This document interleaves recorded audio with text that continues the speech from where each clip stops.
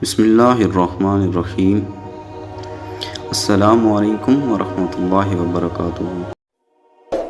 رسول اللہ صلی اللہ علیہ وآلہ وسلم فرما رہے تھے کہ تمام اعمال کا دار و مدار نیتوں پر ہے۔ ہر عمل کا نتیجہ ہر انسان کو اس کی نیت کے مطابق ہی ملے گا۔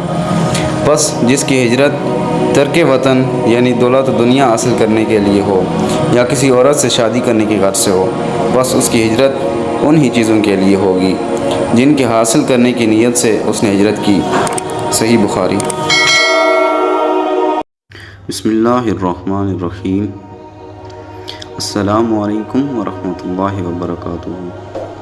صحیح بخاری شریف، حدیث نمبر 2۔ ایک شخص حارث بن حشام نامی نے حضرت صلی اللہ علیہ وآلہ وسلم سے سوال کیا تھا کہ حضور، آپ پر وحی کیسے نازل ہوتی ہے؟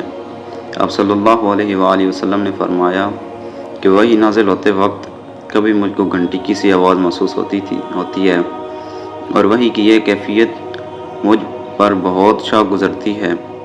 جب یہ کیفیت ختم ہوتی ہے تو میرے دل و دماغ پر اس فرشتے کے ذریعے نازل شدہ وحی محفوظ ہو جاتی ہے، اور کسی وقت ایسا ہوتا ہے کہ فرشتے بشکل انسان میرے پاس آتا ہے اور مجھ سے کلام کرتا ہے، پس میں اس کا کہا ہوا یاد کر لیتا ہوں۔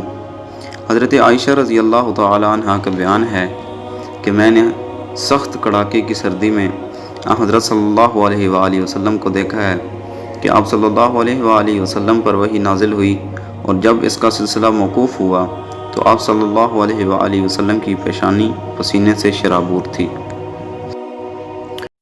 بسم اللہ الرحمن الرحیم۔ السلام علیکم ورحمۃ اللہ وبرکاتہ۔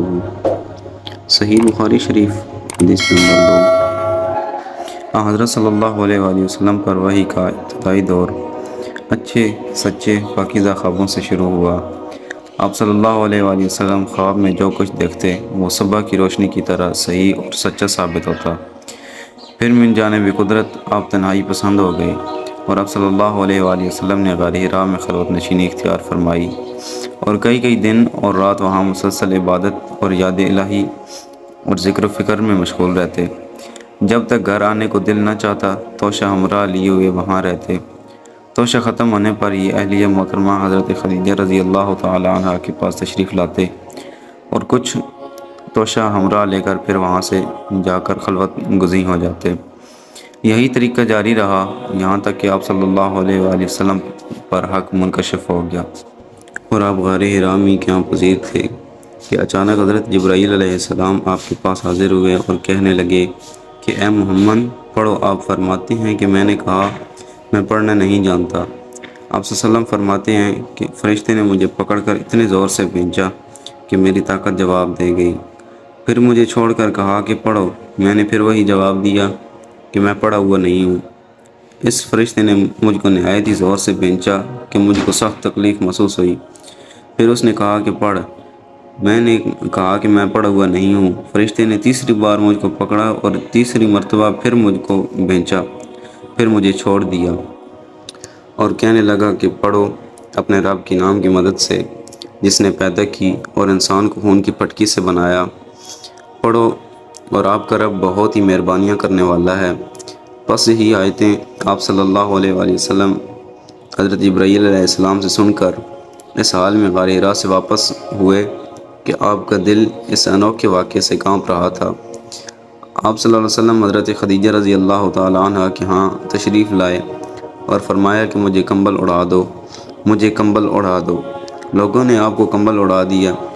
جب آپ کا ڈر جاتا رہا تو آپ نے اپنی زوجہ محترمہ حضرت خدیجہ رضی اللہ تعالی عنہ کو تفصیل کے ساتھ یہ واقعہ سنایا اور فرمانے لگے کہ مجھ کو اب اپنی جان کا خوف ہو گیا ہے۔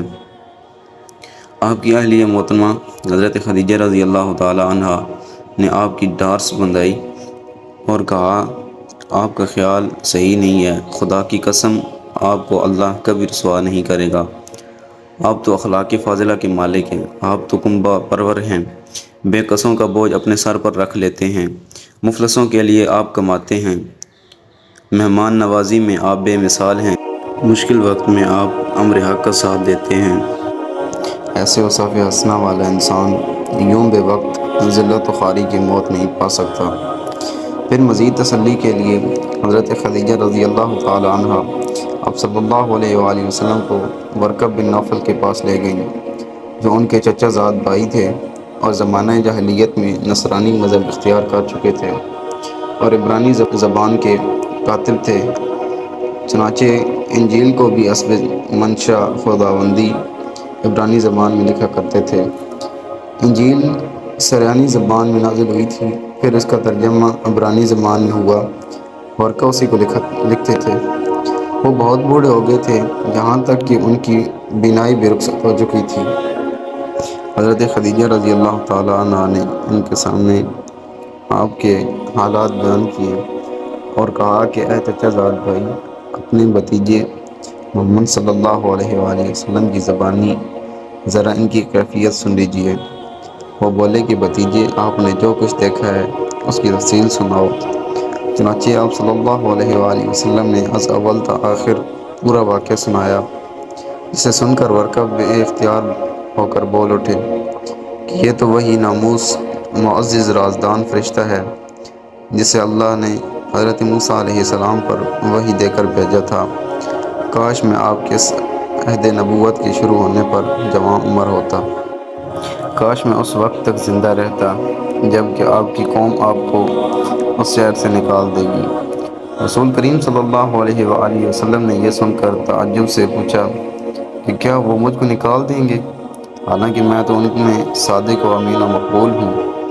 ورقہ بولا، ہاں یہ سب کچھ سچ ہے، مگر جو شخص بھی آپ کی طرح امر حق لے کر آئے لوگ اس کے دشمن ہی ہو گئے۔ اگر مجھے آپ کی نبوت کا وہ زمانہ مل جائے تو میں آپ کی پوری مدد کروں گا، مگر ورقہ کچھ دنوں کے بعد انتقال کر گئے۔ پھر کچھ عرصہ تک وحی کی امن موقوف رہی۔ یہ تھی آج کی حدیث۔ ملتے ہیں انشاءاللہ نیکسٹ ویڈیو، تب تک کے لیے اللہ حافظ، فی امان اللہ۔